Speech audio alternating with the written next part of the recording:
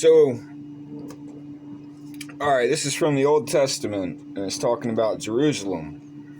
But in my world, since we are long past the days of old, and the conflicts that arose in Jerusalem and their wall, to me and my kind, Jerusalem is now the mind. Right?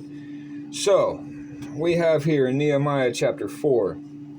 But it came to pass that when Sanballat heard that we builded the wall, he was wroth, and took great indignation, and mocked the Jews.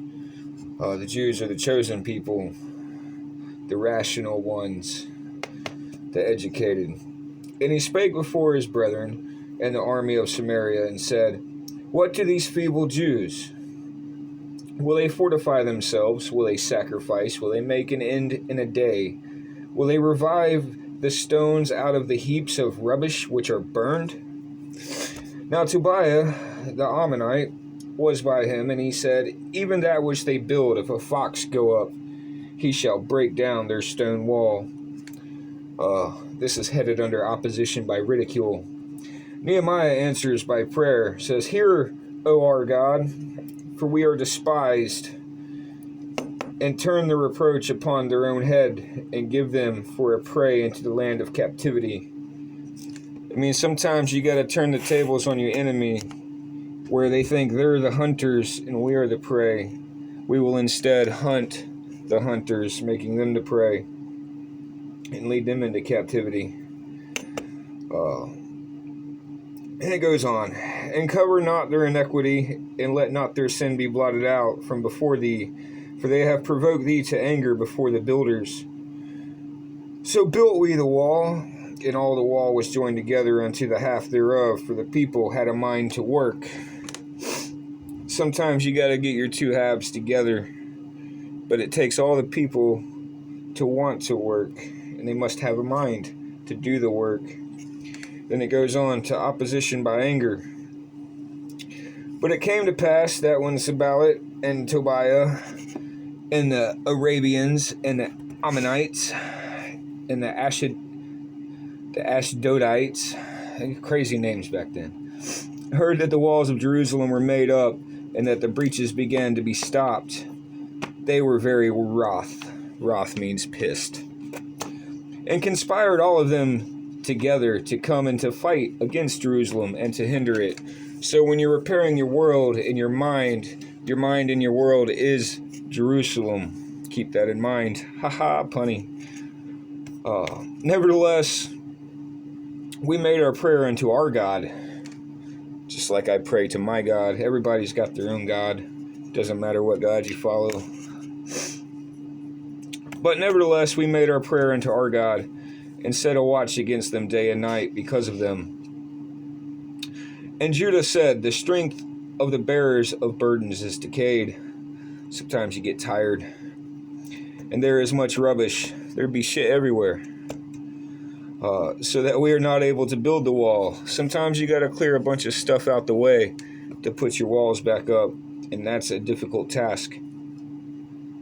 And our adversary said, They shall not know, neither see, till we come in the midst among them, and slay them, and cause the work to cease. Your enemy will send people into your friend circles, so watch your friends closely.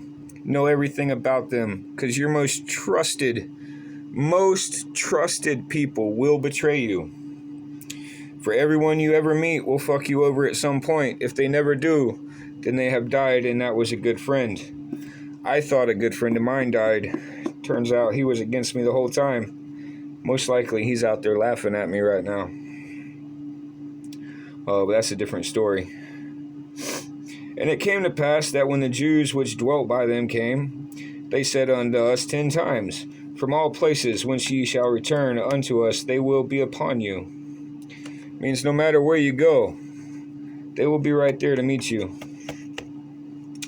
Therefore said I in the lower places behind the wall, and on the higher places I even set the people after their families, and their swords, and their spears, and their bows. You have to well arm all your family, unless your family is against you as well. In which case, you think you're defending your home and arming your family, but you are in fact strengthening the enemy forces. And I looked and rose up and said unto the nobles and to the rulers and to the rest of the people, Be ye not afraid of them. Remember the Lord, which is great and terrible. Remember the Lord, which is great and terrible. Everyone thinks God is just perfectly good, but he can be very terrible and wrathful when angered.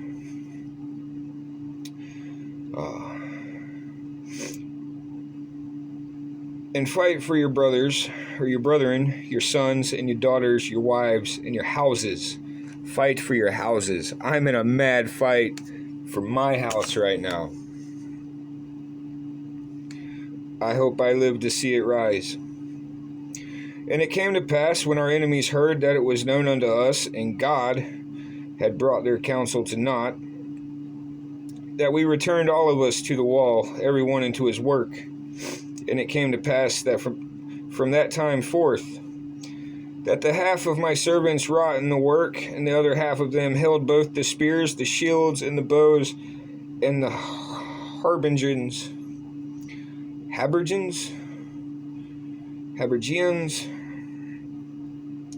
I'm not sure what that is. I'll have to look it up and add a note. And the rulers were behind all the house of Judah, they which builded on the wall, and they that bear burdens with those that laded, everyone everyone with of his hands wrought in the work, and with the other hand held a weapon. Sometimes while you're working, you got to hold your weapon too.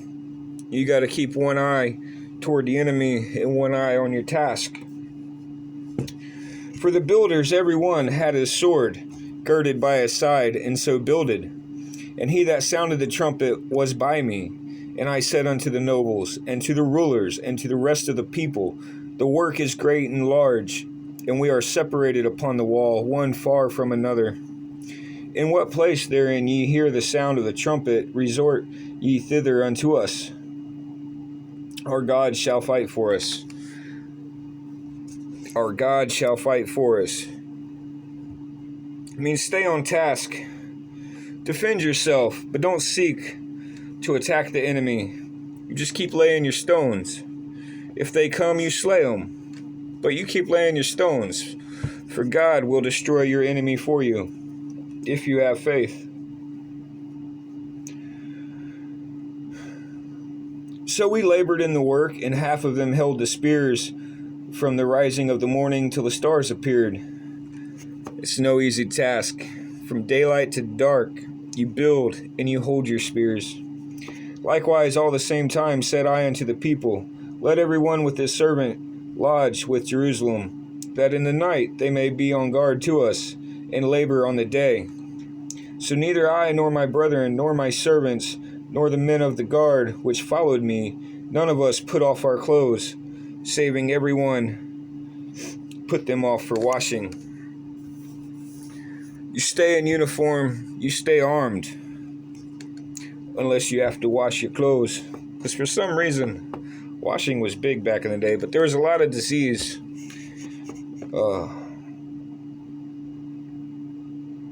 That's probably a tangent I need to study up on more.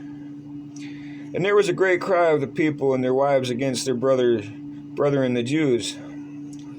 For there were that said, We our sons and our daughters are many, therefore we take up corn from them, that we may eat and live.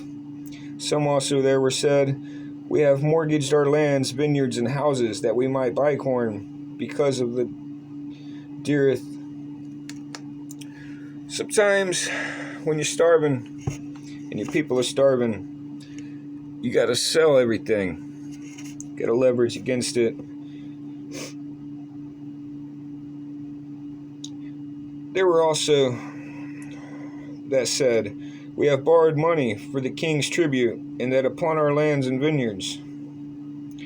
Yet now our flesh is as the flesh of our brethren, our children as their children. And lo, we bring into bondage our sons and our daughters to be servants, and some of our daughters are brought into bondage already. Neither is it in our power to redeem them, for other men have our lands and vineyards. The enemy will not give your shit back. You will just keep losing. You must slay them mercilessly. And I was very angry when I heard their cry and these words. Then I consulted with myself, and I rebuked the nobles and the rulers, and said unto them, Ye exact usury, every one of his brother. And I set a great assembly against them. And I said unto them, We after our ability have redeemed our brethren the Jews, which were sold unto the heathen. And will ye even sell your brethren, or shall they be sold unto us? Then held by their peace, and found nothing to answer.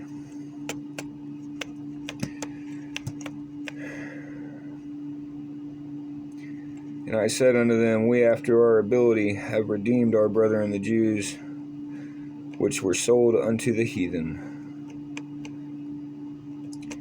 Sometimes you gotta join the dark side, I think. You need to bring back their powers. And will you even sell your brethren? I feel my brothers have sold me out before. That's what he's asking. Will you sell out your brother to save your own life? I stood by my brothers as best as I could. Some you can't call a brother. You might think they're a brother, but you got to get rid of them. And then they become your enemy. And then they will claim your new brothers and turn them because they're sellouts. Also I said, It is not good that ye do. Ought ye not walk in the fear of our God, because of the reproach of the heathen, our enemies?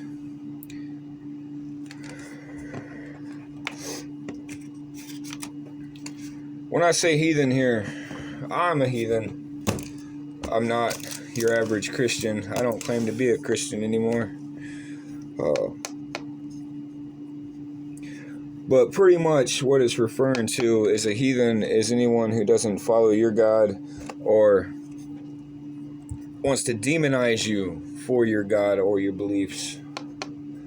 So, there you have it. Take what you will of it.